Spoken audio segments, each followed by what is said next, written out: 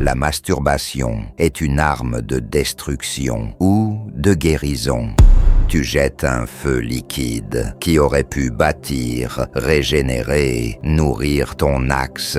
Tu prolonges la durée de ce que tu espérais déjà avoir. Un dû, une opportunité, un projet qui te semblait sur le point d'aboutir.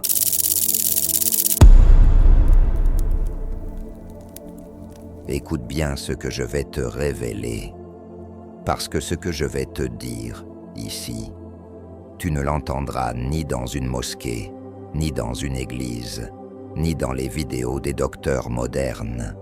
Et pourtant, c'est une vérité que ton corps connaît déjà. La masturbation est une arme de destruction ou de guérison.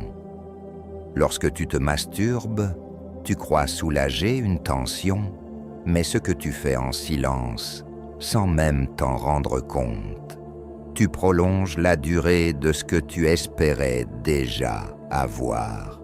Un dû, une opportunité, un projet qui te semblait sur le point d'aboutir. Tu as libéré ton énergie, mais à quel prix? Partie 1. Sur la voie de l'arbre, je vous l'ai dit. Aucun esprit n'est bon ou mauvais par nature. C'est l'intention humaine qui donne une direction, qui densifie l'énergie et qui la transforme en matière. Un acte devient lumière ou ombre selon l'état de ton intention.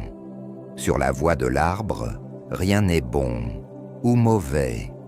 Et la masturbation, ce n'est pas un acte diabolique, mais ce n'est pas un jeu non plus.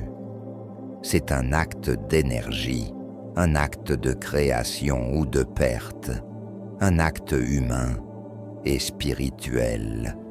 Partie 2. Tu veux comprendre? Alors écoute.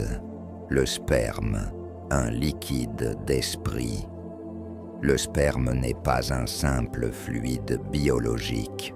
C'est la condensation de ton énergie vitale.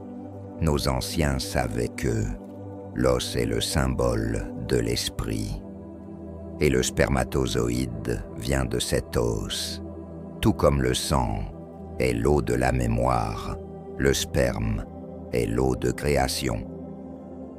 Lorsque tu l'évacues, tu évacues une force de vie.